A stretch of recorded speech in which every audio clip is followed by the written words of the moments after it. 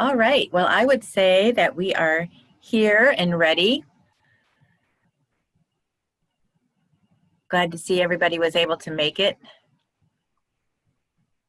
So I'd like to welcome everybody today to Leadership Fauquier's Adaptive Leadership, which is the first of a three-part series on leadership. And what I'd like to do today is keep it kind of loose and flexible, much like what most Leadership Fauquier program days are, and even try to set the stage for what a leadership program day looks like a little bit. So as everybody starts to join the meeting, I'm addressing my panelists and those who are in attendance today, is to just take a moment to decide to be in this program today. Rather than checking off a box that says, here I am, I did this today, I attended this webinar, is to sort of get comfortable in your chair, take a nice deep breath, and decide to be here completely, and to leave everything outside the door for just this brief moment so that you can actually get something of value out of the program today. So as we begin, I'd really like to very much thank the sponsors we have for this year's, this particular series. All four of our program sponsors for this program day exemplify excellence in their each individual field. And every one of them models the perfect community involvement. They love their community and they contribute significantly. So Genesis Home Improvements, Mark and Kim Jenkins have been sponsors of our program for many years, and both Mark and Kim have gone through the programs. And I've loved watching Genesis Home Improvement expand and expand and get better and better. And it's already started pretty well to begin with. Also, we have Piedmont Environmental Council, who has from day one, when we first started this organization, been a sponsor and a supporter in so many ways outside of financial, but just always being there. And they've sent two really great people through the program as well. We also have, thank goodness, Premier Hospitality. And they're the ones that are giving me the ability to breathe this morning. I do not know this technology, and I thought I could tackle it and go after it. And I realized one day, oh, no. And I decided to not have to know everything and do everything. And I got Ginger and Carlton from Premier to agree to do the logistics and the technical. And I can't thank them enough because they will make this event really great. And then we have Smith Midland Corporation that everybody knows. They too have been a sponsor of our program since the very beginning. And Matthew Smith serves on my board, and he's a great asset to our board. So thank our sponsors, Genesis Home Improvement, Piedmont Environmental Council, Premier Hospitality, and Smith Midland. So we talk about adaptive leadership. You're not going to see a definition of adaptive leadership, because one of the things I do in my classes is I ask the people in the class to go ahead and do the work for me. So I'd ask everybody here today to just take one moment, get your pen and paper out, and how do you define adaptive leadership? What does adaptive leadership look like in your office, in your home, in your organization? And just come up with a word or two that would define adaptive leadership for you.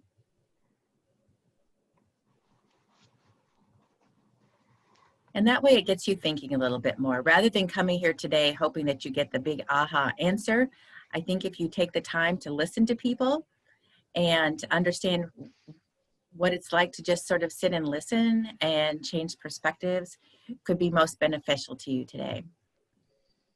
So we start with our leadership moment. So you'll have to bear with me. We're going to talk about the weather today, right? What does the weather have to do with leadership? Well, everything, doesn't it?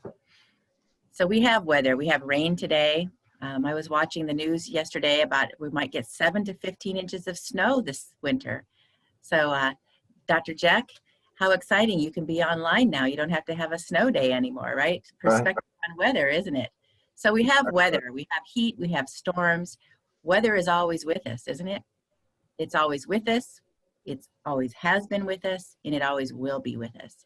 And weather just happens. Weather is around us at all times. When we study in leadership, we do the 15 commitments of conscious leadership. And one of the first things we learn is we ask ourselves a question: is life happening to me or by me? Well, weather is one of those things that's just happening around you at all times. And you can choose to have it happen to you, or you can get out of the way and do what you need to be doing. I like to liken weather to what's happening with us today over these last 8 months or so. Much of the chaos and uncertainty that's floating around us, raining down on us, winding over us, blowing us over, it's just weather. Opening or closing, COVID, elections, now it's Thanksgiving. There's going to constantly be chaos and uncertainty. And chaos and uncertainty are always with us, aren't they? They've always been with us, and they'll always be with us. So we have the choice. We can weather through, right? All of this chaos and uncertainty, I consider just blips on the radar. It's just weather. So I'd like to offer you some words from Benjamin Zander, and those in the audience today attending know how much I just love the book, The Art of Possibility by Benjamin Zander. I go back to his book day after day, and I can't get enough of it. So this is what he has to say about weather. There is no such thing as bad weather, only inappropriate clothing. It's up to us to choose, to plan. Let the weather be the weather, blips on the radar. So think about the weather for a moment. So I'm going to start today with 5 things you'd like to know about Leadership Fauquier, news to know. This year, this is one of the first times we've actually been public into our stakeholders and our community, is this year's theme for Leadership Fauquier, and a lot of thought was put into it, is a contribution to service. Every program that we offer this year, every training that we offer this year is being given to all of our alumni, all of our stakeholders, past and present sponsors at no charge. And this is because we want to thank everybody in this community because we know what a great community we have. We want to thank everybody for everything they've done for us. And we're able today, this year, to share everything that we have to everyone that's been involved with us before. And I hope that you continue to be involved with all the offerings we have and take advantage of every single one of them because we have some great things coming up. One of the things that's really interesting about this year is we're going to engage our complete 5 cohorts of alumni with a project 2020 Fauquier's Poverty Report. This is a huge topic right now nationally, and what I'm really excited about is that our organization has chosen to bring that national focus of the things that are happening around people who are disenfranchised, who don't have a seat at the table, who might be suffering. Rather than a national narrative, broad spectrum, we're going to focus on the details in specifically our community, Fauquier community. So the Fauquier Community Coalition has written an extensive and very insightful report, the 2020 Poverty in Fauquier County.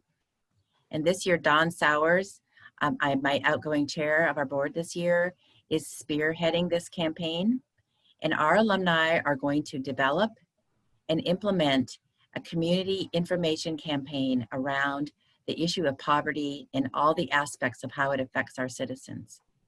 And I would encourage anyone who's interested in either the program, the alumni project, or the report to please reach out to me. I can get you the report, and if you're interested in participating in the campaign, please get in touch with me. And the exciting part about that is at the end of the year, we're going to offer advocacy training.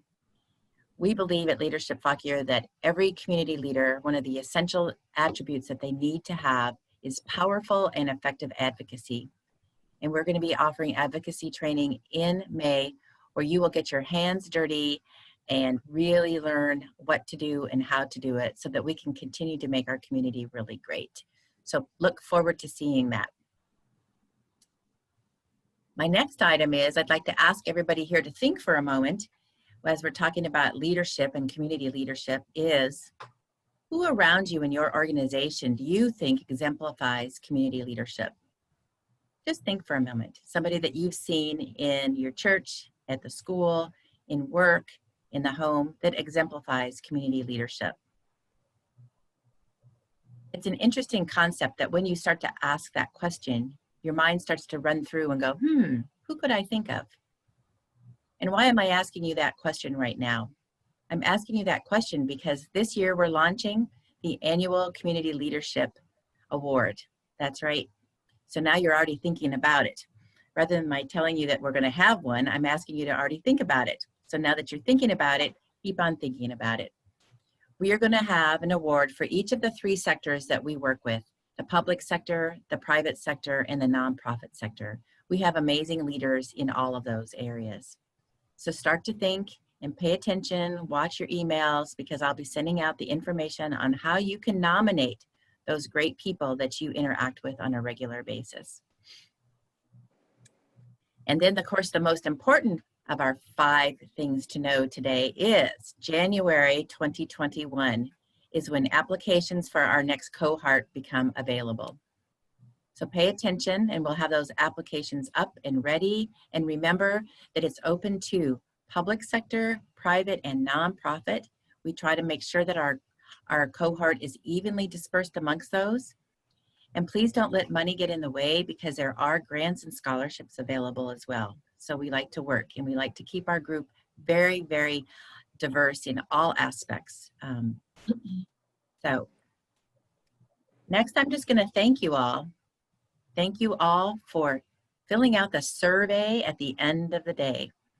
I have a very quick 4-parts questionnaire at the end that will help us continue to offer outstanding programming. So thank you in advance for filling out that survey. I know how much everybody loves to fill out surveys. So anyway, now on to the program. Did I do that in under 5 minutes? Is anyone timing me? So anyway, see, I told you. Anyway, I'm really fortunate. I love my panel. I love everybody who's here today. It has just been great to invite everybody that's here today, and the folks that are helping me with this. I was able to sit down one-on-one with each of our 5 panelists and also with our moderator, and I had great conversations. I just felt blessed to be able to spend the time with them. Every single one of them comes from very different backgrounds. Every single one of them works with different people and have different needs. And it was just wonderful to see that their humanness as we had the conversation, and their complete commitment to the people and the areas that they felt focused and that they needed to contribute to, and the people's needs that they needed to help with. And so we should all feel really fortunate that they've taken their time today to spend with us, because they're all extremely busy people. But I think they also saw a value in having a conversation with us about what it's like to be a leader today in this community, and especially in a time when things are extremely challenging. I saw some themes, and one of the things I would ask you all to do today as you listen to the panelists is to listen for themes. Don't listen for the 6 tips to being an effective leader or the magic formula that's going to get you here or there. Rather than listen to their stories and the things that they've been through and their experiences, and hear something that's relevant to you today. But I heard from them, for me personally, was I heard a sense of humility. Humility was one of those. The other was an amazing focus, that when everything was falling apart, they were all able to focus on what the needs of the people they served were. The other thing that I noticed was complete honesty and candor. Everybody knew that their conversations were being recorded, and everything they said was honest and true, and it was just great to hear. And for me, my biggest takeaway, every single person I spoke to, was that in this unbelievable, crazy weather, now when I say weather, you'll know what weather means. The weather that they went through is that everybody talked about innovation and opportunity. So if you hear that from them today, understand that that's the secret sauce. That's the secret sauce. So I'm going to go ahead and very quickly turn this on over to John. I'm so glad that he agreed to take this over for me. John McCarthy today is going to be our moderator. John is a senior advisor with Piedmont Environmental Council. And before that, he spent 28 years as county administrator for Rappahannock County. I am so graciously and so grateful that he took this on, and I know he'll do a wonderful job. Not only has John done this, he has been one of the favorite presenters in every program year that we've had. People always comment on the things that John mentioned. And for me personally, John has been an absolute valued mentor. So thank you, John. And now I'm going to turn it over to you. Thanks, Sandra. That's very gracious of you. And welcome again, everybody, to Leadership Fauquier's Adaptive Leadership virtual event, or as I prefer to call it, in an attempt at lightheartedness in a very heavy time and with no intent to compensate the estate of Dr. Hunter S. Thompson, fear and loathing in a time of coronavirus. Leadership Fauquier has put together a distinguished panel of local leaders to talk to you about how they, in their respective roles in government, in for-profit and nonprofit engagements, and as community leaders, responded to the seemingly ever-changing environment of the pandemic. My role today is as a moderator, and I will try to intrude as limited amount as possible, fond though I am of the sound of my own voice, but I think you will find that the leaders have great stories to tell and observations to make. I see that some people have already typed in questions in the question and answer feature on Zoom. Please go ahead and continue to do that during the course of the panel discussion. When we get to the end of that discussion, we will try to address as many of those questions as possible. Becky will call them out.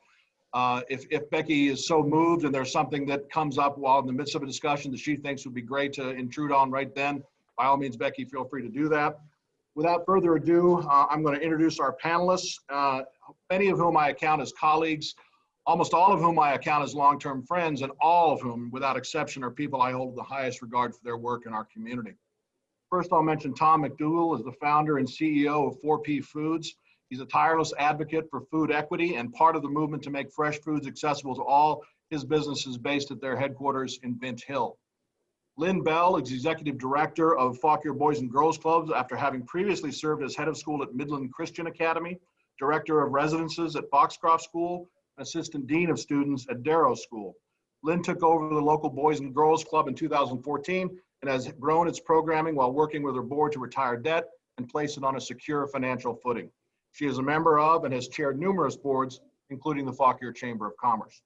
Dr. David Jeck is Superintendent of Fauquier County Public Schools. He is in his 8th year as Superintendent, and that's in a gig that typically lasts about 3 years, so he's doing remarkably well, and we're very proud to have him join us today. Some of his greatest achievements that he notes are the opening of the Innovation Academies in iSTEM and Environmental Studies and Cybersecurity, and implementing the Purple Lanyard program, which involved training over 500 Fauquier County Public Schools employees in mental health first aid for youth. He was selected as the Region 4 Superintendent of the Year in 2018 and served recently as one of Governor Northam's appointees to the STEM Education Commission. He also serves on numerous local boards, including the Chamber of Commerce. There are serial volunteers on this panel. Everybody serves in a lot of different capacities, and I'm mentioning mainly their day jobs. We also have Carter Nevill, mayor and owner of Carter and Spence in Warrenton. In addition to being the second generation of his family to run successful businesses in downtown Warrenton, Carter is the mayor of the town and tireless advocate for business development throughout the town of Warrenton. We also have Christine Hart-Kress, Chief Nursing Officer of Fauquier Health. He's had a 26-year military career in healthcare, serving a variety of executive leadership roles in both acute and ambulatory care facilities with the U.S. Air Force. In addition to numerous medical excellence certifications, she is the member of our panel who's the newest to our community, having the dubious honor of having moved in and taken over her job 3 weeks before the shutdowns affected by the coronavirus crisis, and we'll sure hear more about that later. To get going, I am going to take you back to March of 2020. As I started to say that, I realized the last thing I want to do is to take any of us back to March 2020. If I had a time machine, it's not going to go back, it's going to go forward. But for the purposes of this discussion, I'm afraid I have to take us back to that time because it's really the source of this discussion today. Let me start off with Christine, since I sort of teed that up with the role she had to play coming into Fauquier Hospital in a difficult time. What instinct kicked in with you, Christine, when you realized COVID was going to impact Fauquier Health? Definitely my 26 years of military service, because preparing for the unexpected is part of our ethos. And so years and years of having the opportunity to participate in a variety of mass casualty exercises and training, mostly for deployment in war, but absolutely was able to translate that training for pandemic. I had the opportunity to be in Asia during the H1N1 pandemic. And so really grateful now for that experience, because a lot of those instincts were able to kick in. But, you know, nothing prepares you for a global pandemic. There's no checklist. I mean, we rely on you know, a culture of safety and high reliability similar to the airline industry, but there was no checklist for this. And so it was really just about good old-fashioned training. And then, you know, for me, establishing a culture that would empower our staff to be able to adapt and respond to this heightened uncertainty. It's interesting. Let me turn to the people who work a lot with children, because how you manage for the safety of children are pretty important issues in both Lynne's experience and Dr. Jeck's. And Lynne, why don't we talk about how you dealt with the looming impact of the pandemic and how you dealt both with your team and your customers, which I suppose includes both children, their families, and the broader community in which they live and work. So at the Boys and Girls Club, because we serve the children who need us most, and every child is served regardless of their ability to pay, there was a certain amount of concern, and I will admittedly say fear, for the kiddos that when the shutdowns became required, I had for the safety and wellness of our kids overall. Most of what we do, much like Dr. Jeck's esteemed work with the school system, is to continue to educate our staff on trauma-informed care. And our staff too is all certified in youth mental health first aid, because so many of our kiddos have experienced some level of trauma and have had adverse childhood experiences that are typically above the average. That being said, during the shutdown, when so many of our kids were required to stay home, one of the first things we employed was to have our staff reaching out to kiddos and families and just making sure that everyone was in a place of reasonable wellness. These are kiddos that often have anxiety, some level of depression, some level of fear and uncertainty, because they were not always able to speak their feelings. There can be anger that's manifested in their behaviors. So first and foremost, that concern for the children that we serve.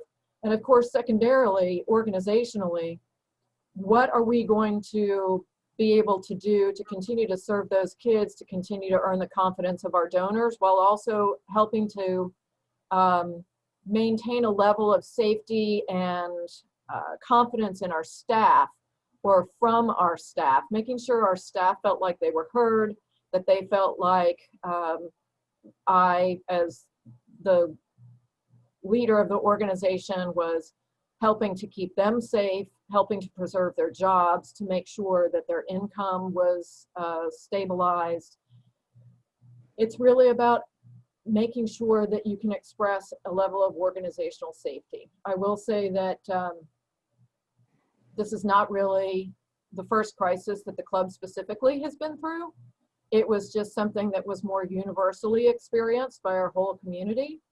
So having the ability to make sure you can express and communicate in a calm manner, in a manner that's inspiring and uplifting, and again, able to express a level of safety and true care and concern for our constituents and for our team. I think that's where my head went. It's basically what Sandra alluded to, having that calm in the midst of chaos, being able to keep a clear head when everything is floating around you in such a way that you don't always feel like you're in control of the environment, but you have to take control of the message that you're delivering.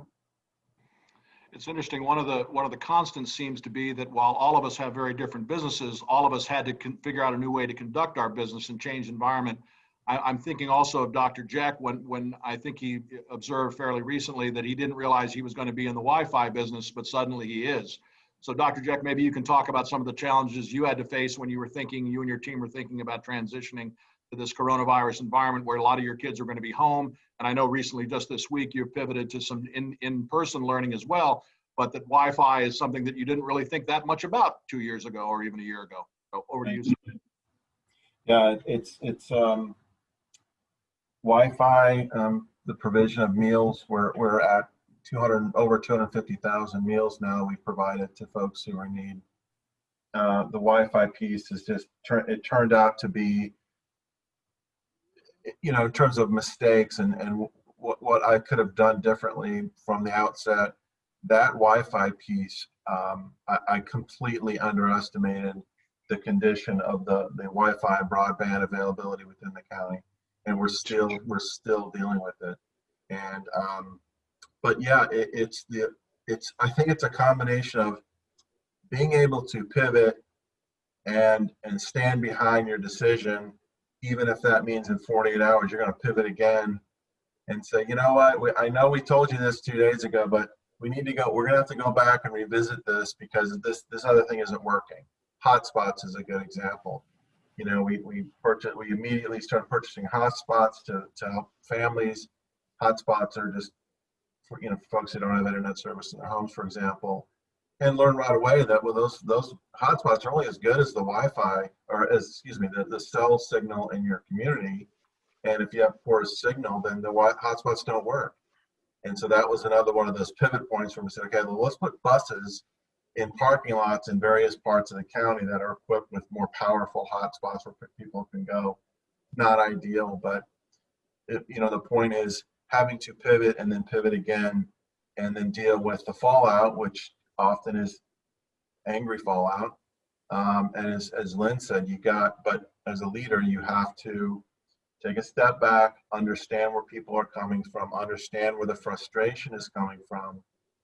You know, we're all frustrated, but you can't show it. Everyone's looking to you to be calm and actually provide a certain measure of grace to people. Hey, I get it.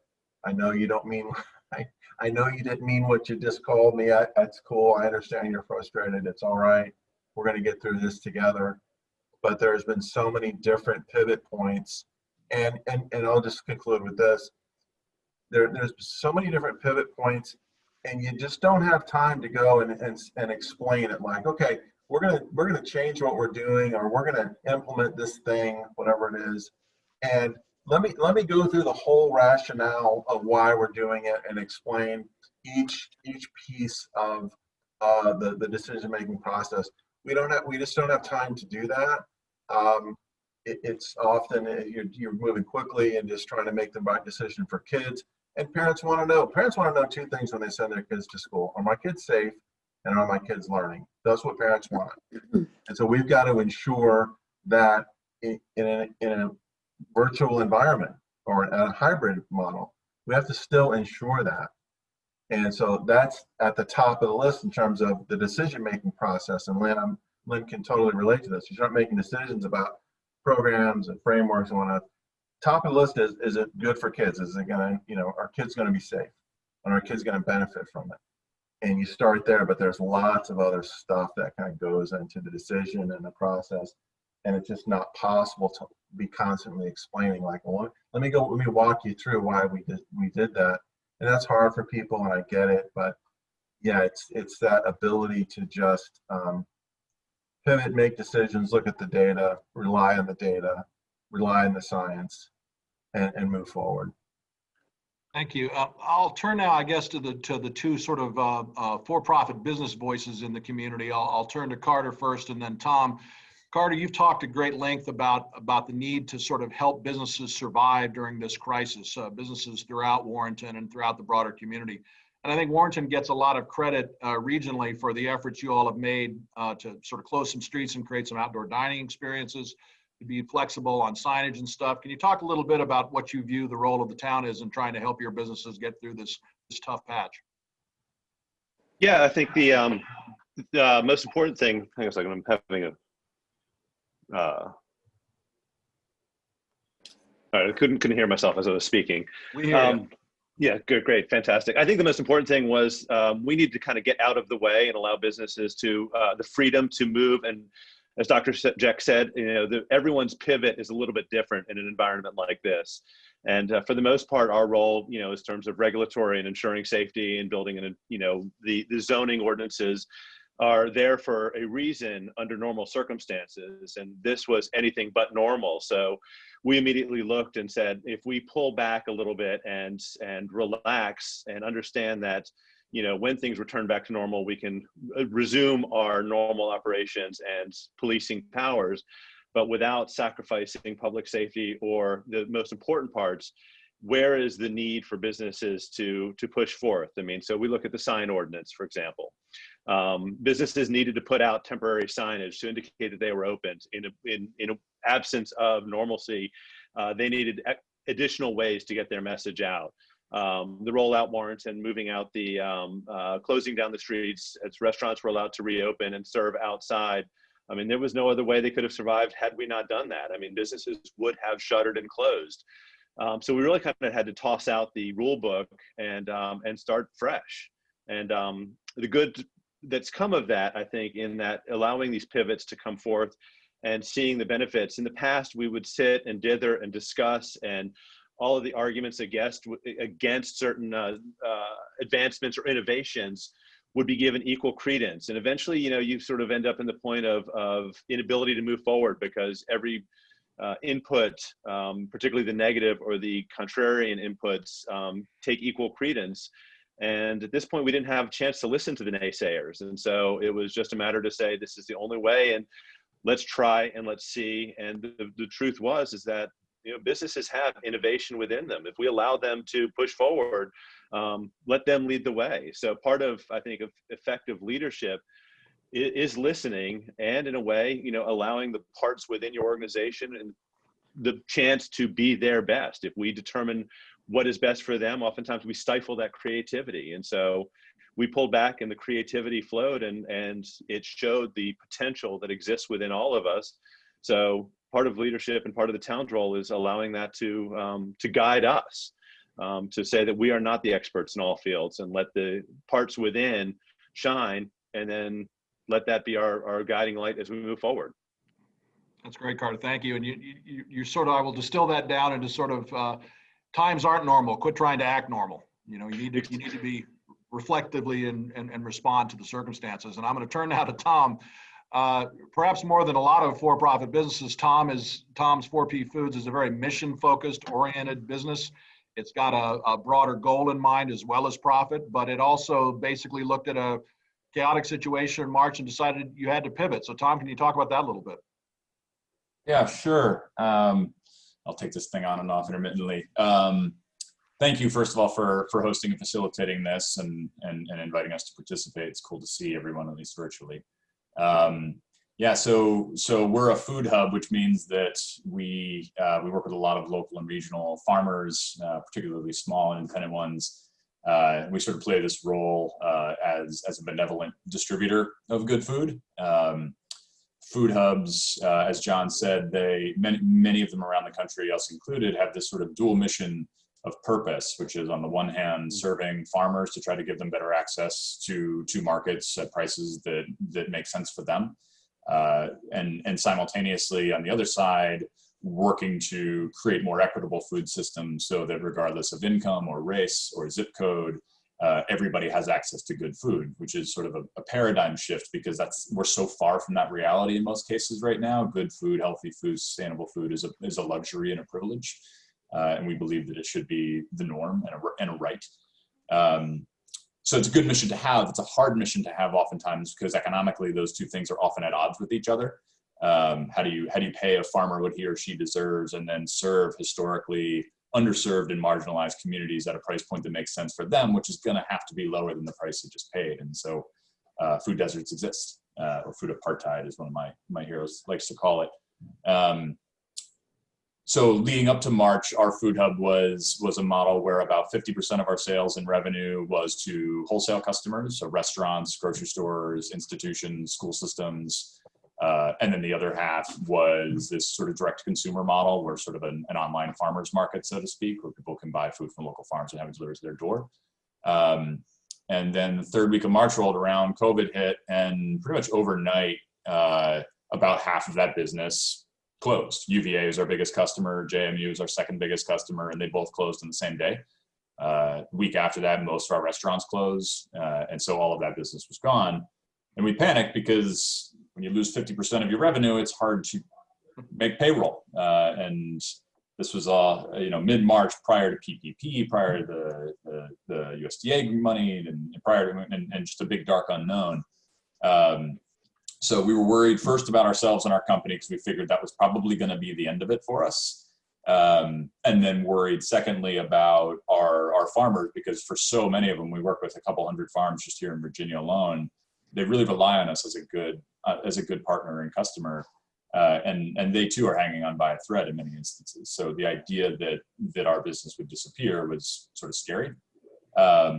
So we thought we could pull off maybe some sort of pivot and make the pain less painful by seeing if there was a way we could lean into the direct consumer model, the other 50% of the business, and had a pretty deep dark conversation with my team before we did that, because if we were to lean in, it would mean packing bags and coolers and being on the front line and delivering to people's front doors and being not quite on the level by any means of healthcare workers, but food service workers are in many ways unsung heroes, and gave them the option first, like, do you want to try? Because you don't have to, because if you do, you will put your health and the health of your families at risk. And I think much like the healthcare system and healthcare workers who really just rose to the occasion, so too did our team and our stakeholders. And what happened after that really was just a wild, incredible ride where the direct consumer stuff just absolutely took off, and it saved our business. We grew in 7 weeks, we grew by 1,100%. We went from 22 employees to 108 employees. We had to turn into a 24-hour operation. We started an overnight pack line. We had to get another warehouse. And somewhere in there, my wife and I welcomed our second baby boy into the world in this room, actually. We did a home birth, so add that to the mix. And it was great because we were able to really just go to our farms and say, we're going to keep buying, and we need a whole lot more. And it was a cool moment because I think people's eyes were open to the inequities in the food system and how shaky our industrial globalized food supply chains are. Because as with all chains, they have a single point of breakage, and our chains broke. We saw that with the meat plants initially, and we saw it with dairy, and we saw it with produce in big fields in Florida, California, and Mexico being turned under, whereas longer lines than we've ever seen in food banks and food pantries and other emergency food access points. There needs to be a better way forward. And we were just blessed to be able to lean into an opportunity with a whole bunch of our partners to show that there is a better way forward. So we have since pivoted, and then we launched a thing, but I'll talk about that probably later. You described it as a very nonlinear journey, and I think that's definitely the case. Let's talk about it. I'm going to throw this open to anybody to respond to. Let's talk a little bit about this notion of supply chains, and in the context, what I mean is both that we are generally part of greater wholes. Dr. Jeck runs an organization that's part of a broader system of education in the Commonwealth, but is very embedded in the community. Lynne runs an operation that's highly embedded in the community, but is part of the broader issue of providing services to children. Carter is leading a unit of government that's part of a broader system that depends on things like health departments, and there's an overlap there with Christine's operation. Talk to me a little bit, if any of you will, about how you had to sort of reinvent the way you related up or down to other organizations that you formerly depended upon, and how you had to reinvent how you did business around that problem. Anybody? So I'll just jump in. Ours was a fairly easy adjustment, I think, but there's definitely a level, and I think Dr. Jeck alluded to this, there's definitely a level of intellectual humility that you have to embody as you gain information around you about and assessing the needs of the community, the needs of your constituents, and also understanding that their points of view are not based on all the information that you have in your head.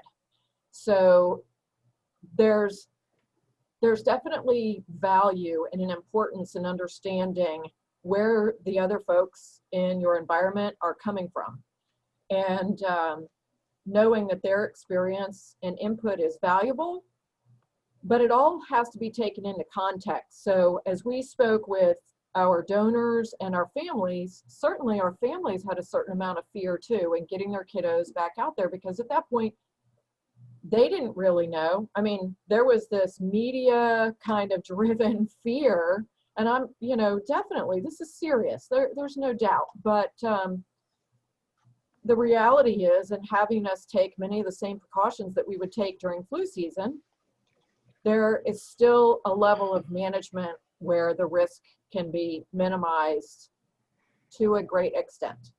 So making sure you have an understanding of people's fear, an understanding of what the needs still are. And the Boys and Girls Club as well has been a food service agency. We've been a drop-off point for our families from Fauquier fish.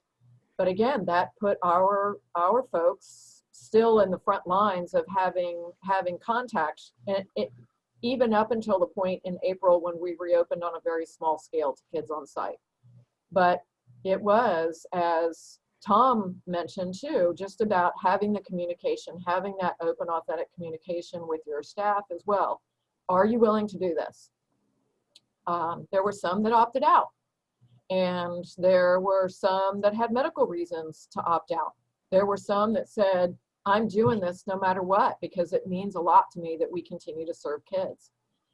It did make us totally rethink. Of course, our strategic plan was to serve more kids this year. Now, within a different scale, we're still continuing to try to serve more kids. Of course, within that different scale as required by the governor's order currently and our safety standards, but really about having enough intellectual humility to understand people with the perception, with what has formed their perceptions and from where they are coming. And even though, again, as Dr. Jeck said, you don't always have time to explain yourself, but as long as you can keep that curious, dynamic mindset and be willing to change, be willing to pivot 15 times, you know, in an hour if necessary, that's really the key. And then continuing, if you have that open and honest dialogue with your staff and your constituents, and in our case, our donors, investors, they know where you're coming from. That trust is built. And that didn't just start with COVID. That had to be manifested years before, making sure that they had a level of trust and open communication, that they all felt like that the lines of communication were very authentic and very real. And again, having that intellectual humility to say, I don't know at some point. You have to be able to say that honestly and openly. I don't know, but we're going to work on this together. Anybody else want to weigh in? And maybe that's the theme, is the humility theme. Go, Carter. I'll chip in. I think that you know, working within government is a uniquely frustrating perspective, as I'm sure you're well aware, is that there's so many levels of expectation, both internally and legally. The first thing that we found is that, you know, most typical emergency events are singular events. They might last a day. They might, the effects of them may be a week, 2 weeks of cleanup and what have you. But there's a defined beginning and end to it that can work. And so it's a much easier situation to work through as a small government, perhaps in partnership with the county. This brought in so many levels from the federal down to the local level. And, you know, we worked very well with the county. And the very first days of it was learning where we had duplications and understanding how the emergency services would be handled, especially as funding then started to come down. And so we had to really sort of rise above our station in order to manage particularly CARES Act funding and et cetera, because all of these had very specific reporting, auditing, and rules that kept and continued to change. And so I think one of the things that we have found is required in an ongoing and ever evolving, we talk about pivot, is patience, is that frustration could very easily get the better of us. And if frustration sets in, everything breaks down. And we have had a very smooth collaboration with the county. We both expressed frustration towards the state as things evolve and change, as well as the federal level as well. You look at the CDC guidelines. I mean, we all know that what we know today is going to change tomorrow. So what has afforded us the ability to really navigate these waters, I think, as effectively as we have, is a, you know, deeply ingrained sense of patience, which, to Lynne's point, is born of humility. And so I think that has, and it's in that then also reflects and projects into the community, is that if we were showing that frustration would be picked up by the community. And we're seeing that pandemic fatigue locally, we're seeing it nationally, but I don't think that we're quite seeing the stress levels that you see in other communities, partly because we have moved through this with humility and with patience and with collaboration and cooperation. So, you know, as I said, working in government, you want to bang your head against your desk every given moment. And I think being in part of that sort of helps kind of inure you to that. So being sort of conditioned helped, but patience, I think, is a key point that I think I wanted to put forth. Christine, David, you want to weigh in on that? Yeah, I would just say, and first, Lynn and Carter's comments are, I mean, I echo them completely, but I would say this, we made the decision very soon in this, since March to, let's not be the problem. Let's not represent any barriers. Like, if there are barriers out there, let's do everything we can as an organization to eliminate the barriers. Let's not cause people to be more stressed. And so some of the decision making revolved around that. People are already stressed out. Kids are stressed. We're going to deal with the mental health piece. That is going to be an issue. We don't need to stress out people more. And I've been so encouraged, and I feel so good about the fact that we were able to work seamlessly with FCCC and the Boys and Girls Club, for example. We just, by eliminating the barriers, like, you know, and I said this to my staff, if the money is the big barrier, then it's probably not that big a barrier. We just need to figure it out. But I've just been so, I don't know, I just feel we're very fortunate as a community. The county stepped up with those mobile hotspots right away. And FCCC, I mentioned the churches stepping in with tutoring, for example. But we can't be part of the problem. And I think that's part of that humility piece is, you know, you do things a little differently and people might look at you funny, like, why are you doing that? But in the end, you got to make decisions that are in the best interest in the community, and you got to do it humbly because people are completely stressed out and we don't want to add to their stress. So whatever we can do, that's what we should do. Christine, you want to talk about how your organization sort of adapted and shifted and moved? Absolutely. You know, I just want to add on to that community involvement and partnership, because I always like to do a big shout out to the Virginia Department of Health, because, you know, in the very beginning, you know, we're part of a bigger hospital system. And when we looked up and said, do you have any guidance? Do you have any help? We were one of the first hospitals that were hit in our system with the COVID pandemic. And so, you know, they looked at us and, you know, they didn't have help for us initially. And what we did look to was the Virginia Department of Health for their guidance, for their patients. I mean, we were lockstep very early with the Virginia Department of Health. And I think that's why we were really successful, is because we took that approach, you know, for our community in partnership with them. And, you know, none of us really had the answers, but it was awesome to be able to have the intellectual curiosity and the critical thinking to be able to work together, and knowing that, you know, maybe it wasn't the perfect solution, but it was the 80% solution that would get us at least moving forward. And then also that flexibility, as everyone has been talking about, to pivot on a dime. But, you know, what was really interesting for us is that we had to completely change the way we provided healthcare. We had to redesign our ICU, our staff, and, you know, now, you know, having to be in personal protective equipment and patients, you know, that had to be in a room with a closed door. And, you know, I was just looking, we wound up having to put together 78 policies that were brand new to healthcare. And what I'm most proud of is that it was our staff that put those together, our staff in partnership with Virginia Department of Health. And I mean, it's amazing to see that. And then And we became actually, the things that our staff put together were then put into place at our other 88 facilities. And, you know, there was a lot of fear. We had staff who, for a variety of reasons, whether it, you know, they have someone at home that was, you know, high risk, or they themselves were high risk, that, you know, didn't want to or didn't feel comfortable taking care of these patients. And, you know, I'm proud of a cohort of about 25 nurses that said, and technicians that said, I got this.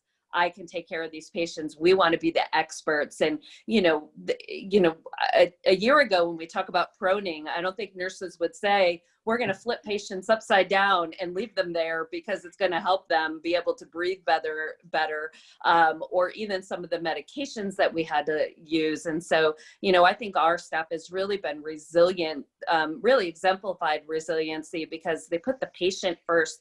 They put the community first. They took the best care of their teams that they knew how, and just really doing the right thing and seeing the big picture. And so that was really fantastic. But I mean, healthcare is remarkably changed in the last 9 months in how we deliver care, and our staff really stepped up to the plate. Tom, I'm going to assume your chaotic day is going to let you come. There you are. One of the things you mentioned, sort of unique to the other panelists, is you've had an explosive growth in your business, and it's a business that, as you talked about, is very mission driven. And you made, I know, for years an investment in the culture of the business. How has that changed, adapted, survived, and, you know, how do you think you are now? I know you're at a high of 108 or so positions. I think you're back down to 75 or so. Is that about where you want to be? And do you think you have the team to do that? Or, you know, how has your culture survived this experience?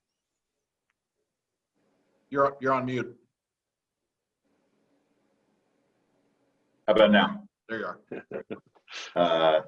Yeah, so yes, culture is definitely a thing. And excuse the background now. I'm in my bathroom because it's the only quiet room. We adapt. That's what this is about. I will say, as we're moving, it's because we're moving from DC to Fauquier, so I will be everyone's neighbors here. We're glad to have you. That's great. For hours. Yeah, culture was, you're right. We spent a lot of time investing in our people and the corresponding culture that surrounds them for our first 6 years of business. And it was always important to me, and by osmosis, it became important to, I think, the rest of the team. And there's no way to really measure the ROI of culture and like taking that time and making those investments until a global pandemic hits and you need to 10x overnight. The commitment of our team to each other, to the community, to our farmers, that was as deep as it was because of that focus on culture, is the sole reason why we were able to pull off the pivot that we did. So it is very much like the anchor of why we're okay now. That said, bringing that many people on that fast, our culture has slipped a bit. It is I don't know everybody's name still. Like that's a problem. So and it's also, I mean, at a personal level, it's why we're moving. I need to be on the floor for multiple shifts every day, and want to really kind of get back to that. So it's changed. It's a new culture now, but we're excited to have this team of now, like you said, 75 people, to get them indoctrinated in the rest of the 4P mission and values. I want to pivot a little bit to talk about you all personally. You've talked about your teams, you've talked about your organizations, your resiliency or not in the face of individual challenges. And you've talked about humility and the need to be adaptive in the sense that you're not going to have all the answers, but nevertheless, you have to come up with an answer. Tom has spoken separately about having, for a lot of different experiences, a feeling of imposter syndrome. You know, why is anybody listening to me on this? What do I know? Lynne has talked about how if you're leading and no one's behind you, then you're just taking a walk. All of us have to address this question, and when we're involved in positions of leadership, about how we can project that authority, that confidence, while nevertheless having enough humility to accept the fact that you don't know everything and you're not going to know everything, and you've got to be able to learn as you go while nevertheless moving things along. Can you talk a little bit? I mean, Dr. Jeck and to a lesser extent, although not much lesser, Lynne in her business dealing with children, and Carter in his role in the public are three public positions that are always going to be poked at, prodded, second guessed, hemmed in with statute and ordinance, and having the adaptability to move around those is extremely important. But even more important is to say we need to do this. Can you talk a little bit about whether you think this experience has been good for your organizations in developing that willingness to be adaptable? Has there been any positive out of the COVID crisis in your experience? Anybody can weigh in on this, please. Yeah, I think. Go ahead, Carter. Go ahead, Dr. Jeck. No, Dr. Jeck, please. All right, thanks. I'll be brief, I promise. There is one, and it's I think pretty significant in that what most school divisions in the state have been able to do since March ordinarily would have taken years to do. And you mentioned the whole snow day thing. I mean, imagine we are, if we end up in a one-to-one environment with students and devices, and we solve the once and for all, we're getting close to solving the broadband issue, I think. Once we get there, snow days may be a thing in the past where we just say to kids, just make sure you take your device home. I mean, we're almost there. Lord, Doctor, haven't you taken enough heat lately? You really want to put that one out there? For me personally, that's a very exciting prospect. So that's one thing, and I think we've been forced to do this, come up with a virtual design that's not perfect, but it's not bad either, and it's going to get better. And if we had to piecemeal it, it would have taken years. We would just the CARES money alone to be able to buy the devices to get us close to one-on-one. I'm going to thank the county for really spearheading that in terms of how we use that money. This would have taken years, but we're there. We're in a pretty good place. And then the whole other piece about how we instruct kids and how we assess kids, I think the state is starting to see that this whole SOL testing, multiple choice nonsense is finding its way to the door. It's not there yet, but the way we assess learning, a multiple choice test is not an effective way, not an authentic way of assessing learning. And the way we're having to instruct now is sort of an example of we can assess learning differently, and it's more authentic than providing a silly multiple choice test that you can guess and get the right answer. And that by itself demonstrates that it's not an authentic measure of learning. So I think there is a silver lining there for no other reason that we've been able to put together a virtual model pretty quickly and train teachers pretty quickly. And it's going to get better, but ordinarily it would have taken a long time. Sure, it's interesting. Carter? I think I'll probably be echoing about the same concept. First of all, typically you think of government as being slow to react. And there's a reason for that. I mean, government sort of needs to move methodically and deliberatively because failure is certainly a greater risk to the public. You don't have the same sort of, if I open a coffee shop and fail, Starbucks is next door, will take care of it. If government fails, we're all really in trouble. So government typically moves very, cumbersomely. And what we have found with this, I think, is that we can move with agility and, react nimbly to a rapidly changing and evolving dynamic. And just the recognition that we are capable of that was a, sort of revelatory, I think, to everyone. And more importantly, what we saw was the empowerment of staff within the town. Innovation was not something they waited to be told what they should be doing. The doors were open. We are fortunate to have incredible, enlightened leadership in the form of our town manager, Brandy Schaefer. And so many of the things that we accomplished were brought forth by department heads and from within them. And so everyone got on board and no idea was deemed irrelevant. Everything was open and we took them and applied them. So what we started to see was leadership trickling down to everyone, and everyone took hold of responsibility for how we survive, how we adapt, and how we look forward. I mean, everything you knew prior to this had to be tossed out. And I think once normalcy resettles, I think government, at least within our local side, but I think we'll see this in other areas, will be better, will be healthier. We've sort of shed some of our corroded arteries, and we've kind of had open heart surgery. We got the stents in, and we're a more healthy, functioning, and I think athletic body at this point, and partly because we're using and utilizing all of those elements. And with that has also seen a rise of morale within. I think if everyone comes to work knowing that their voice is going to be heard and applied, and that they have a stake in the outcome, the product that we deliver is ultimately better than it's ever been. So agility and empowerment are two things that have been really, truly invaluable to our success through this. I'm just impressed the medical metaphors came from a mayor and not the chief nursing officer. So I know, I'm pretty impressed. I like to just pick up, since it was teed up on the medical metaphors, just, I think one of our biggest success stories will be about the team really learning that they have to work interprofessionally.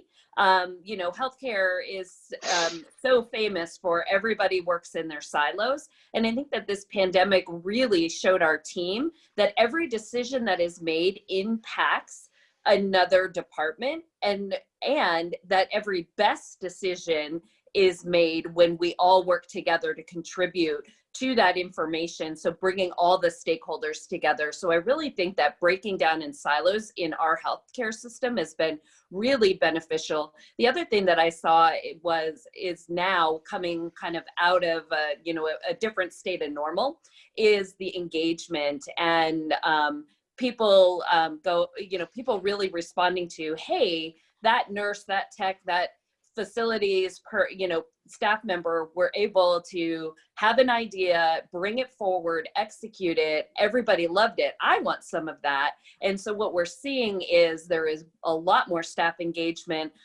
just in looking at our national quality program and how we deliver care, a lot more focus on process improvement and evidence-based medicine. And the exciting part is it has shifted from 90% of the decisions being made at the director level and above, and the frontline staff saying, I got it, can I do that? And so I really think it's going to shape our quality and safety and our performance, and ultimately, the community's perception of the hospital and the care that we deliver. And so that's pretty exciting for us. And I don't know that without the pandemic, we would have made the strides that we have in that arena.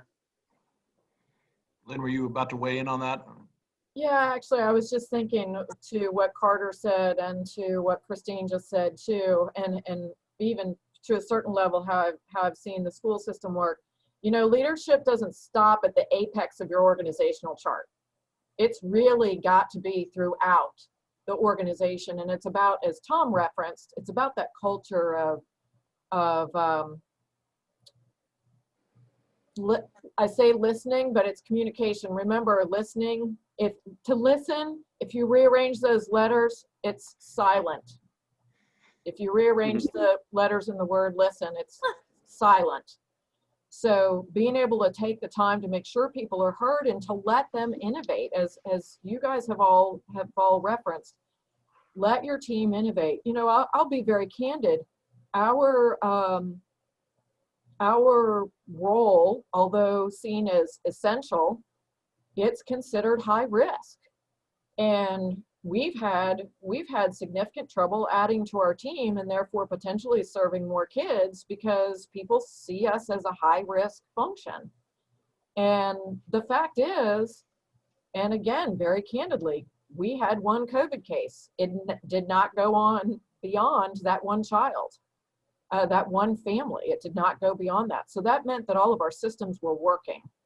And in that sense, though, this has given us the opportunity to continue to develop our staff because we've had more time to do that. Rearranging some job responsibilities so that we had dedicated staff mentors so that we could meet each staff person where they are and try to take them to the next level. we wouldn't have time to do that if we hadn't gone through COVID.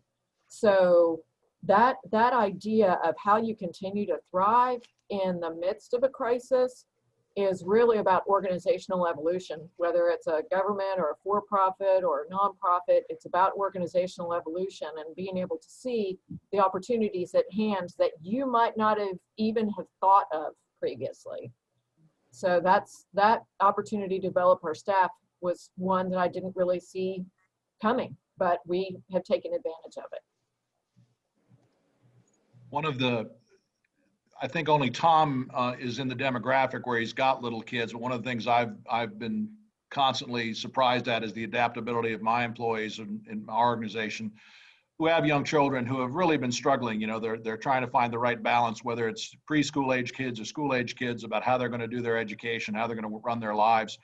So talk a little bit about the work-life balance that all of us who are engaged in leadership positions in organizations struggle with a work-life balance under the best of circumstances when everything's going right. How are you feeling that that's going in your organizations with you and your employees in this very much not normal time and place? Anybody? Well, we were joking before the session began about how with our Zoom conferences, typically we only see each other from the neck up. And so very often for me, my kind of happy place is being able to be knee deep in a bunch of dirt at the barn or on the back of a horse. So I've dedicated that time. You know, some people would interpret that as selfish, and some people might interpret it as being non-professional for me to show up at my office in my riding breeches and boots. But you know what? If that helps me perform better because it's given me a little bit of white space, I'm going to take it. And I think the commitment that we have as leaders, no matter your level in the organization, the commitment that we have, and I think our culture is just beginning to understand this. There's a thing called multi-dimensional human services. I can't remember if it's disorder, but it's really about those people that are in the business of helping people, and especially in the leadership business of helping people, and about how you're pulled in 18 different directions. And I think everybody that's on this panel right now can definitely attest to this. Not only are you pulled by your employees and your constituents, your donors, investors, whether they're taxpayers, whether they're parents, whether they're foundations, it doesn't matter. You're pulled in a number of different directions. If you don't give yourself white space and a time for you to actually have neurological rest, where your brain can stop functioning purely with its amygdala and start connecting to your prefrontal cortex, you are not going to be able to answer the adaptive call that your organization needs. You're not going to be able to institute those changes quickly and in a timely fashion that your organization needs in a crisis. And so it's important to me. I will say I've done my best to make sure my staff is getting that rest too. I know that we have some staff that are still, concerned a little bit about their status of their jobs because either health conditions or whatever it is. We need to continue to adapt and honor that while recognizing too, everyone is a bit fatigued at this point. We have to give ourselves permission to find that white space so that our brains can slow down. We can actually sleep at night. I can guarantee you that Tom, Carter, David, Christine, there are probably a few of us that have had some very sleepless nights over the last 6-8 months. And I'm also thankful for the wonders of science that my increasing gray hair is no longer showing. So yeah, it's important. It's not selfish, and people need to understand that. It's not selfish to take care of yourself when you're in a position to have to maintain that dynamic thought and dynamic response. And it's important to the organization and to the community as a whole that you continue to be highly functional. Point. Look, just pick up on that. I think it's important also to recognize that sort of many of us are very privileged and fortunate. And I think that's one thing that's come out for me, that even during the shutdown, even though we didn't have much business at my shop, I still was able to go to work and find work, and there's meaning to that. And, and when looking at children that no longer had the classroom experience You know, our son went to virtual learning, and, you know, and it was very difficult for him. I mean, his attention was sort of lost. And then seeing and recognizing that though I might be able to go to work, to be able to exercise, and Lynn is very correct in saying, is that you need to, in order to function and be able to contribute, you need to be able to look after yourself and find meaning in your day-to-day life. And, you know, sort of if lacking meaning, we lack guidance, we lack a direction. So finding that is critical, but on the flip side of that is also a compassionate side to understand that there are those who don't quite have that. Within our community, we know people lost their jobs. Restaurant workers were without that ability to find meaning in their day-to-day work. We know within the town staff, there are people whose families, whose husbands are deployed overseas, who have high stress jobs and at the same time have to look after take their daughter to cheer class as well as make sure she's getting learning. And so while I was able to exercise and decompress, others were seeing, you know, an increased level of stress. And so we have to take our fortune and our gifts and what we are, what privilege we have, and not see it in a vacuum or with blinders. You have to kind of find the compassion that exists within that, which I think is really truly helping us succeed in this, is that so long as we come in with a healthy mindset, that compassionate side allows for, and that flexibility, all the rules are out the window. And I think that just making sure that you have that compassionate side to be able to, the weakest among you is as valuable as the strongest. And if that weakest point is pushed out by stress, everything else collapses. So it really takes, you know, a capacity for vision and wisdom in how we navigate this. And we can't take our privilege for granted. Good point. Anybody else want to weigh in? What I'll turn to next is that we're coming to the end of the formal part of the panel, and I want to give a question that I think all of you will have some commentary on, so I'll slow walk it out there so you have time to ponder as I speak, and that is, what is the one takeaway that you want people who are on this call today, watching this discussion, or people out there in the community who may hear about it, or other leaders in either of those camps, what is the one thing you want them to take away from your experiences over the last 8 months? What do you think you have to offer to them that might be useful in a broader context? We all come from our own particular experiences, our particular organizations, the demands that were placed upon us. But there are some lessons I think you all have gotten that may be of transmittal value to everybody else who's engaged here. And I'll invite any of you to offer up what you want to offer in that regard. Jump in, John, if that's okay. Sure, Tom. Been thinking a lot about it, especially in the world of food, but I would imagine it has a lot of applications in other parts of business, government, institutions, organizations. And that is I found myself stopping saying or alluding to the idea of getting back to normal. To build on what Carter said a little while ago, like, let's not strive to go back to normal, because the normal before wasn't working for a lot of people. And whether that's the healthcare system that doesn't equitably give access to healthcare to all people, the food system, our education system, our accounting and financial systems, like all systems have inequities baked into them because of a long history in this country. And so if we go back to normal, we will miss this opportunity that has opened our eyes in one way, shape, or form, whether it's the fact that access to good food should not be taken for granted, or school lunches should not be taken for granted, because when they're gone, suddenly a lot of kids don't have any meals.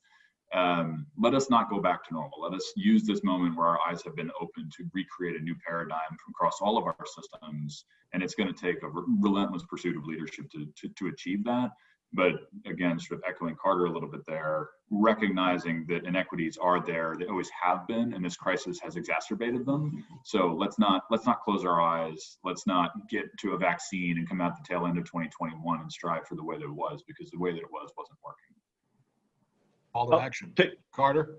Yeah, I'll pick up on that, because I think what Tom has spoken, I think what we all collectively are kind of speaking under our its common theme is that we have for too often depended on external forces to get us through the day, whether it's relying on Amazon or, to Tom's point earlier on, a single point of failure food chain, relying on our grocery stores. Our success through this has been organically from the ground up and locally sourced.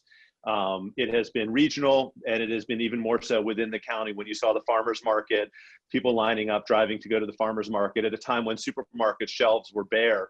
In healthcare, we saw people locally looking after one another, that the solution to this was locally found. Yes, we relied on small business loans. Yes, we relied on the CARES Act. All of these things are true, but what truly got us through was each other. And I think that, for too long, our farmers rely on markets driven, international, global markets, trade barriers, tariffs, any number of things. And that deprives them of ownership of their own future. And I think that if we can shift, as Tom points out, that paradigm shift towards what can we control within our eyesight, within our community, provides a more equitable future, and our greater solutions come from supporting each other rather than depending and waiting on these external forces, which have, I think, deprived us of so much of our wealth and health. So hopefully that we emerge from this and we start to look towards local solutions. Sustainability and resiliency have been the assets that got us through, and we've got to build on that. So that would be, I think, as I said, just echoing what Tom is saying, is that the new normal is a local normal. Rather than a regional or national. Great. Yeah. I'm going to turn to Christine or Lynn, and then Dr. Jeck, and then Christine or Lynn. So which one of you ladies wants to go first? Well, Okay. go ahead. ahead, Christine. Thanks, Lynn. So, I just want to kind of touch base on that, the concept of work-life balance. I've kind of shifted it. Instead of work-life balance, it's work-life harmony, because balance, that work-life balance means that I have to give up something in order to get something. And harmony really is, as a leader, what works for me at that time, that moment in time on the day that I can, give extra, but then also allows me to take a knee on the days that I just need to get white space in my head to be able to be more effective. And so, I've stopped allowing staff to talk about work-life balance, because it's really about harmony. It's what works for you on that given moment.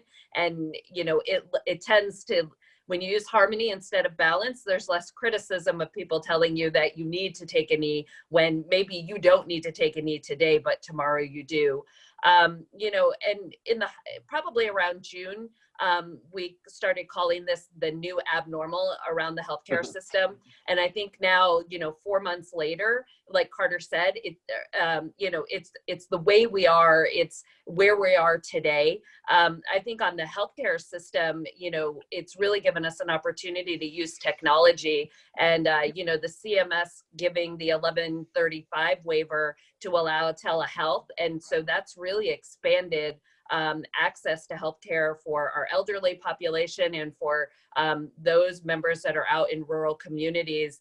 And so I think it's going to be really exciting now to see that continue, and really being able, allowing all populations to have equal access to healthcare. There's still a lot of work that will need to be done in the technology realm. But I think that's really exciting for patients to break down those barriers. Great. Dr. Jeck? Yeah, I would, this might be somewhat painful for some folks to hear, but you opened up with it was a good question. So here's an honest answer. I think what I'd like people to understand is no one is in any leadership position in this community, twisting their mustache somewhere trying to figure out how to make people's lives more difficult. The enemy is COVID. The enemy in all this is COVID. And I guess I've been more surprised and I guess disappointed in how anxious some folks have been to tie our decision-making to politics. And I just don't get that. I don't personally, no offense to anyone on this board, I don't really care that much about politics. I'm just like you. I want to make decisions that are in the best interest of the kids and the community. That's it.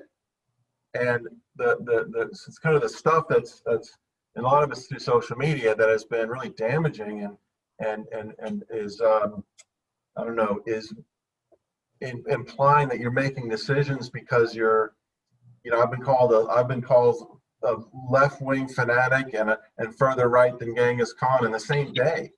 It's like, make up your mind. You're in the middle though. Yeah, what I don't know what I am. Tell me. So I just want to encourage folks that if there's a takeaway, it's we're all in this together. We're all working together. Do we make great decisions every time? Nope. Do we make mistakes? Yep. But it's not because we have some weird agenda. It's because we're in a pandemic and that's the enemy. And we're trying to make good decisions and do the right thing. But this is a great community and we're blessed. And I'm overwhelmed. I'm just honored to be part of this council and this panel after listening to some of the comments. Wow. I'm humbled. But the enemy is COVID. So let's continue to work together to fix and make good decisions. And let's get rid of this background white noise relative to politics and why you decided what you decided. I can promise you, I'm going to speak for all of you, none of us operate that way. And I think that's a blessing for us as a community. That's all I wanted to say. Lynn, over to you, and then we'll go to questions in a moment. So each one of the other panelists actually kind of tagged on something that I'll mention. And I realize I'm a person that always thinks at kind of an 80,000-foot view. I hate being mired in details, although I know it's necessary.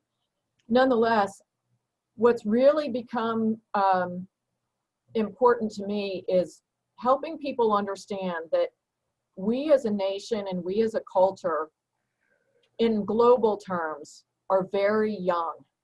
We are still, when you talk about organizational development, we're still in the forming/storming stage.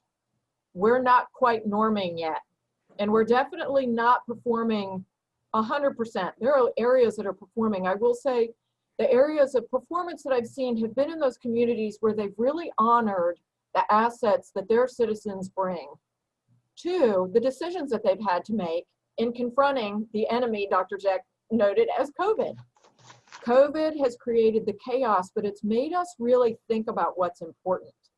And as our culture evolves and continues to mature, we need to understand, as painful as the polarization is, I saw something pop up in the question, as painful as some of the polarization is, whether it's from economic demographic, racial demographic, political demographics, it doesn't matter. The root and solution is really at the ground level, as Carter mentioned. It is 100% in the hands of the citizens. And in this great experiment that our nation is, it was purposefully put in the hands of our citizens, purposefully put in the hands of our citizens. And we need to make sure that our communities, our fellow citizens, don't forget that. That's, as Dr. Jeck said, our decisions are based on our mission and how we fit into the fabric of our community. We have to help people understand that decision can be made by every single person to choose to be part of strengthening the fabric of our community, no matter what that looks like. Taking people where they are, understanding that everybody has a very legitimate reason to have the viewpoint that they have, being willing to reach across the table in whatever way to communicate with someone, being willing to be silent and listen and truly try to understand, ceasing the diatribes and continuing dialogue. That's really what's important to us as a nation and as a community right now. I think our community has made great strides. You know, we've been reputed to have kind of the eternal battle between the conservationists and the economic developers. Well, you know what? We all love our community. We all love our way of life, our quality of life. We all are dedicated to seeing progress in a positive way. And so let's do everything that we can to continue to strive and understand what we actually have in common first. And that's how we can manage this current crisis and crises that will occur into the future. Okay. hesitate to say anything at the end of that. It's kind of a mic drop moment. But thank you, Lynn. I reviewed a number of the people who registered for this program, submitted a number of things that in response to the question, what do you hope to get out of this program?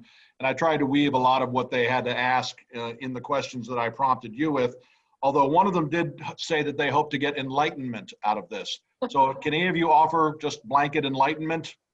Okay, we'll just go to questions then. So I will go ahead and turn to Becky and ask her if she will like to read out any questions and direct them to whoever is prompted. You're mute, Becky. Yeah. John, can I interrupt real quickly? I'm sorry, please. I just want to add on to Lynn just a little bit. Yet I think everyone who knows me knows how much I read. And there's an absolutely excellent book called Love Your Enemy by Arthur Brooks. And I can't overemphasize the value of it because it talks about communities and talking and getting to know each other. So I would very, very highly recommend to everybody to get your hands on that book. And Love Your Enemies by Arthur Brooks. Great. And Becky, you're still muted for some reason.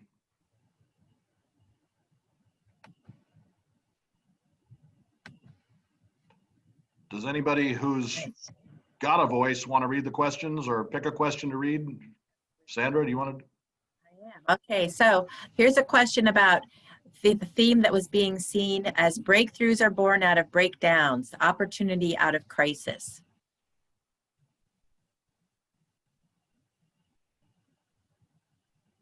Accurate. Anybody want to further? I think you did.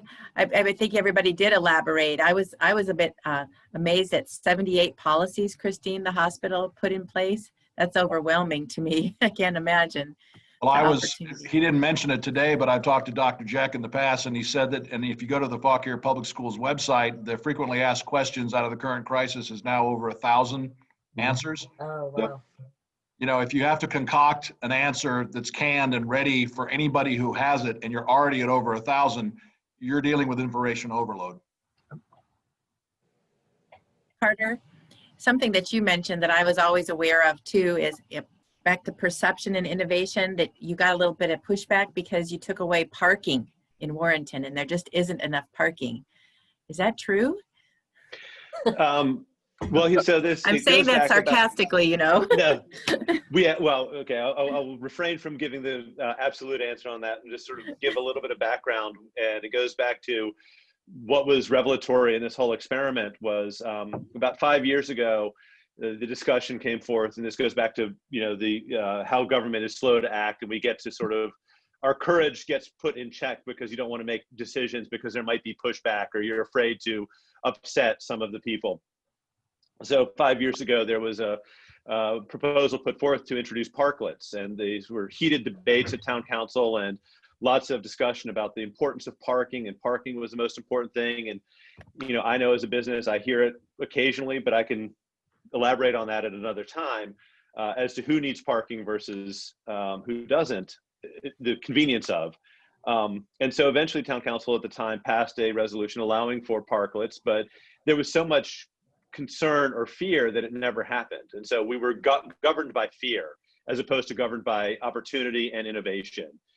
This time around, it was the fear was even greater. To Dr. Jeck's point, the enemy was coronavirus, was COVID.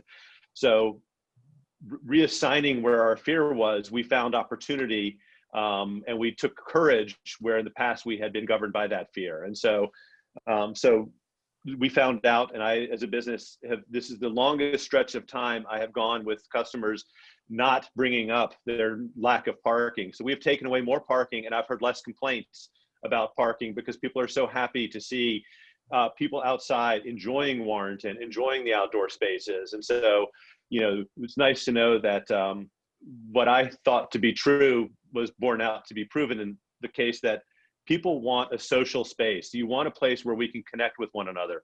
Cars don't talk to one another, people talk to one another. And when you create space for people to engage, we really invest in the value of what makes us who we are, which is a place for people. We're social beings. And the virus has taken that away from us. And so opening up that space to allow for, even if it's 6 feet apart, that we've been able to find survival through that. So the answer is yes, we have plenty of parking. We have increased foot traffic. Our streets are probably more busy than they've ever been before. And not a single person has come in complaining about inability to find parking. So so it's nice to know that I think there's that the only place the public perceives that there is sufficient parking is a place that nobody wants to go. Exactly. Yeah. And I think Christine and I would agree that you found harmony between social and economic function and parking. Yeah. If you have ample parking spaces on the street in front of empty storefronts, you haven't really won anything. Amen, brother. Well, and I've also, just a quick on that is that if we put cars in front of our buildings, we're hiding, we've in taking away parking from Main Street, we have opened up, people have discovered that businesses exist. Mhm. We've seen that, if you put a, Suburban in front of a business, you see a Suburban. You drive down the heart of your town and it looks like a parking lot. We've opened it up and we've begun to see, we've peeled back and saw that we actually really are a place that people want to be. Right. Becky, are you live now? I'm live. Can you hear me now? Yes, victory. Yay! Yay! I pivoted and had to leave and come back in. So some technical difficulties. NASA used to call that a power cycle. Whenever there'd be a problem in a space launch, the crew would say, NASA, Houston, system B4 is malfunctioning. And Houston always told them, well, perform a power cycle. And all that was turn it off and turn it back on. But if you perform a power cycle, it sounds more professional than just turn it off and turn it on. Yeah.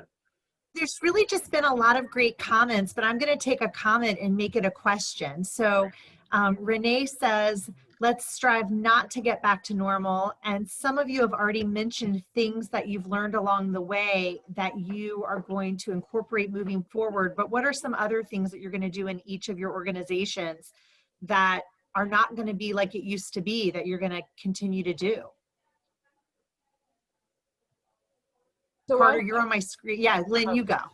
So I think for us, for many, many years, Boys and Girls Clubs kept striving, and nationally, kept striving to serve more and more and more and more kids. And it was interesting, with the Great Futures 2025 strategic plan, we all said we want to improve the quality of our programming. COVID actually has given us that opportunity to improve the quality of our programming because we're having more individualized engagement with our kids. We're serving smaller numbers. Now, keep in mind, I am not saying that I just want to serve a very, very small amount of kids forever, because I know there are more kids out there who need us. But I think it's really given us a chance to think about meaningful relationships with our kiddos. Really think about meaningful relationships, because ultimately that's all they really need if their lives are going to be changed, if they're going to be given the opportunity to see new things that they can do and achieve and strive for. It's really about that more meaningful engagement. So do we need to be the biggest youth development agency in our community? Nope, we just need to be the most impactful. That's going to stick with us. And I think we had that mindset before COVID, but I think now it's really come to pass, the effectiveness of our day-to-day engagement with the kids. We have this opportunity while our numbers are small to make huge changes and really enhance the lives of our kids. So that's going to stick with us. Anyone else want to answer? Yeah, go ahead. David, go ahead. I'll be brief. Being able to move towards a one-to-one initiative, again, that's huge for us. That's going to change the way we instruct kids. It better change the way we teach kids. But the other thing that's come out of this, and I think it's been really positive, is you're probably all familiar with asynchronous. And a lot of folks don't like asynchronous. They like synchronous. They like synchronous because that's the traditional instructional model. Teacher talking, kids passive receptors of information. The idea behind asynchronous instruction is let the kid take ownership of their own learning. They're going to learn, many kids are going to learn better that way anyway. So, but if folks who are used to the 20th century, really 19th century model of instruction, it's teachers teaching and I'm listening. Kids need to have ownership of their learning. They need to be involved in doing the work. Teachers should never work harder than the kids. Kids ought to be working and having a mastery of their own learning. And it's hard for teachers and it's hard for parents because it's totally different. And it's not giving kids worksheets. It's not saying, hey, I got a stack of worksheets for you on those asynchronous days. Have a good time. That's not what we're talking about. We're talking about projects. We're talking about working with other kids virtually. We're talking about doing writing projects, interacting with family members in a more meaningful way about current events. All of those things. That's what asynchronous learning is. And at least the way things stand now with our virtual model, our hybrid model, at least we've been able to introduce this as a different way to instruct kids, and we're going to make it better. But it's truly a better, and for a lot of kids, it's a better way for them to learn anyway. Is It's more individual. ownership. Yeah, exactly. But that's been a hard sell for a lot of folks because they're used to the old model. But I think we're making progress. Christine, you started to answer as well. Absolutely. So I think prioritizing our priorities. So when everything's a priority, nothing is a priority.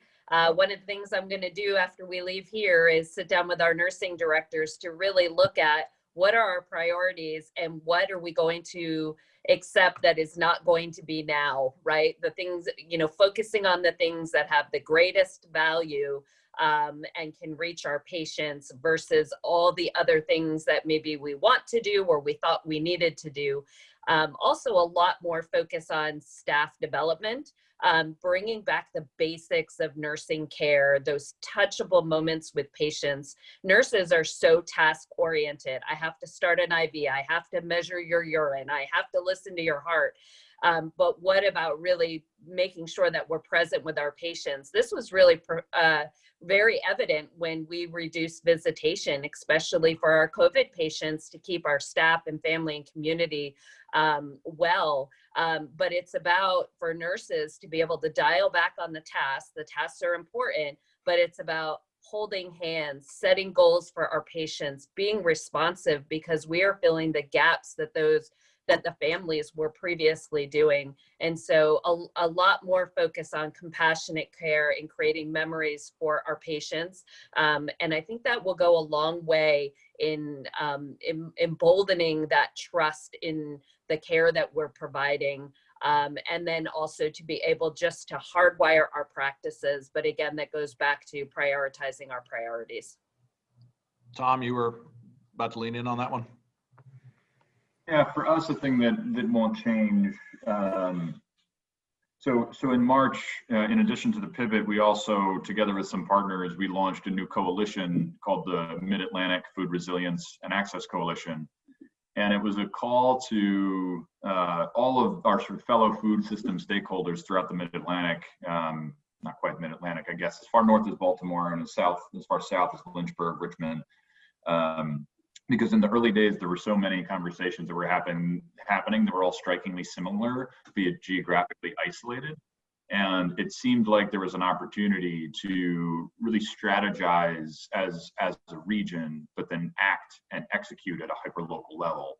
Because feeding a child in Ward 8 in Washington, D.C. is going to look a whole lot different than feeding a homebound senior in Appalachia. But they would both benefit from a resilient regional food system.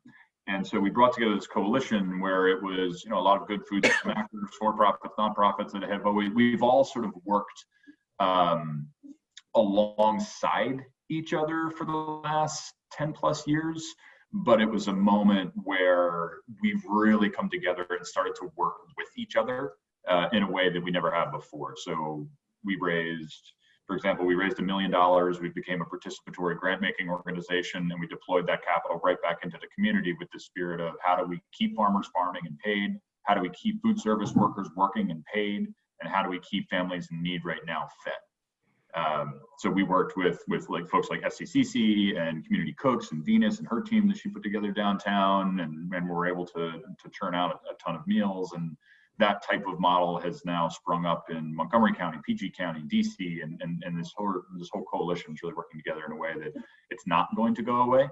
And in fact, I think we're going to put it out as its own permanent 501c3 that really can act as sort of a regional food system thing, which again, I think I'm hearing a theme sort of silver linings. That for us is certainly. Yeah, absolutely. Becky, what else have you got? So I want to circle back to Jessica Ashby's question in a minute, but I want to jump ahead to Lou Emerson's. I have to read it because I'm not smart enough to memorize this. So among the qualities you identify as critical to effective leadership, which one has challenged you most in this time, and how have you attempted to improve your performance in that category? And how would you rate yourself? That might be the last question. Wow. So you got to say what you're not very good at and how Leave you it can to be better. Lou. Leave it to Lou Emerson. Yeah. Well, Lou, Thanks for I'm the not softball, scared. Lou. Yeah. I can say I've been ashamed of myself in some instances in the way I've responded to people, and I've had to go back more than a few times to say, hey, I'm sorry. And that's just it's just complete transparency. It's a stress thing, and it's something that I never really have done. But there have been some instances where I've just been, sometimes you write an email and you step back and you come back to it, but sometimes you hit the send button too soon. And that's an area I got to improve. When you're stressed out and you've got to be the guy spinning the plates, like on the old Ed Sullivan show, and being positive and showing grace and understanding.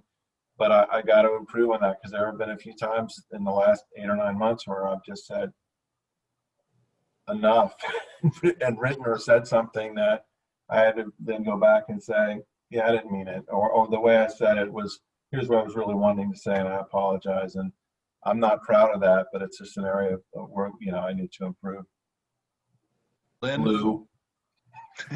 Lou, I know, I'm not scared, Lou. Dr. Jeck, I'm with you, brother. I think for me, it's been making sure that you extract all emotion.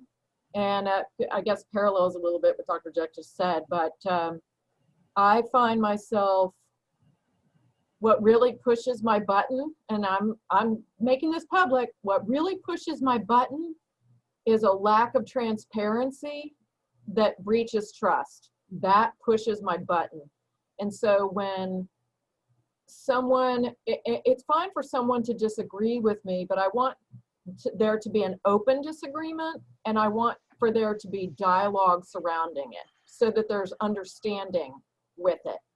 And I definitely, it doesn't take me long to kind of tip over the edge and maybe respond too quickly when I feel like someone isn't being fully transparent in their actions behind the scenes. And especially, I will say, if it jeopardizes the authentic mission-mindedness and transparency of this organization, I take that very personally. And you will hear from me, but I try to extract all emotion when I do that. I would rate myself about a 6 on a scale of 1 to 10 of being able to do that, even though that's my own personal value system. I think it's very, very important, but I have that hot button. And so I have to work hard on it and continue to get better at it. Noted. I will go to Carter, Christine, and Tom. So Carter, what do you think? Yeah, I think the personal expectations and, the sort of arrogance that might come about with that we all strive for a degree of perfection, but perfection is a very fluid concept.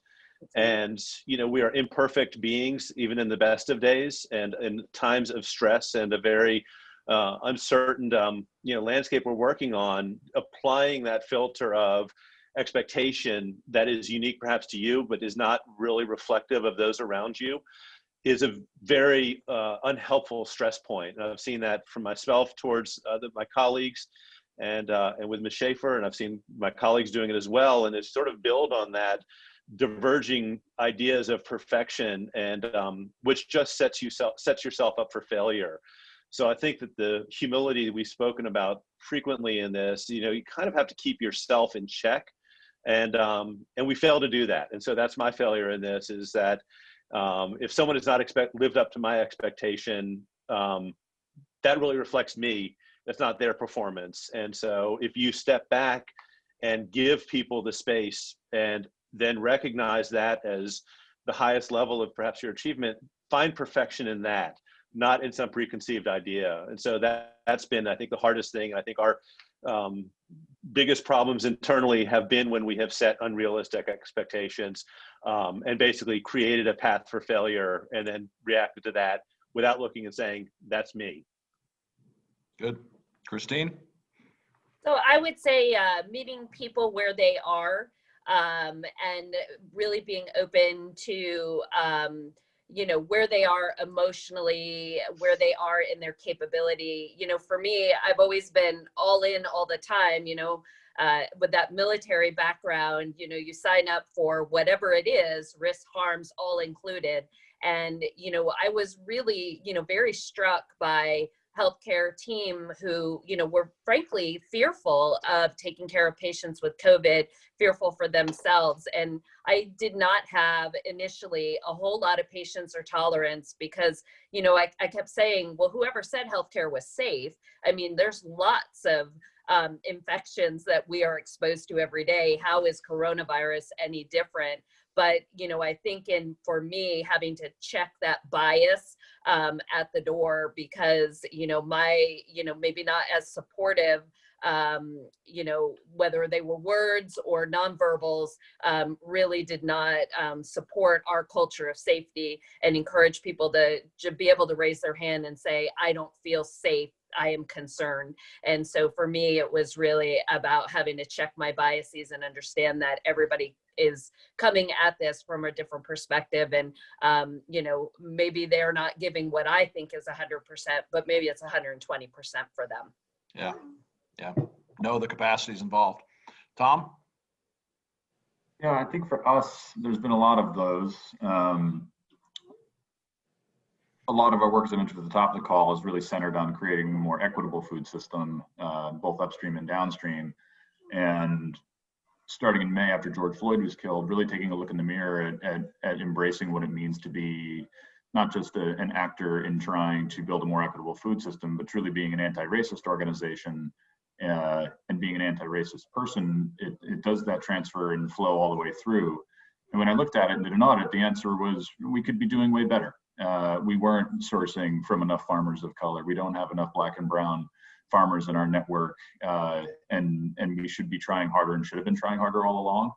And doing so means different financial mechanisms, different infrastructure that doesn't exist, and sort of looking at that, and that we've in many instances in the past sort of taken the easier way because doing that type of work is harder because a lot of those solutions and infrastructure don't exist. But we've made a renewed commitment to that in both the way that we strategize, the way that we put forward, the way we reach out to, the way that we engage, and to echo Lynne, the way we listen, so that we can in fact be a better partner to all of our communities that we want to serve. Thanks very much, Tom. I think collectively those responses summarize a lot of what's been talked about today: the need to listen, the need to learn from mistakes, but the need to go ahead and try things and keep things moving in a positive way. I think we've all learned to rely on each other in our community more, as both Carter and Tom have indicated. I think we've all learned that the importance of community has never been greater than in a time of crisis like this, and that I think our community on balance has done remarkably well. I applaud all of your work that you all have been engaged in. There's a reason Sandra reached out to you, because of the success you've had in this tough environment. I'm going to turn it back to her for wrapping up now. And again, thank you all very much. And thanks for all those who participated. Sandra, over to you.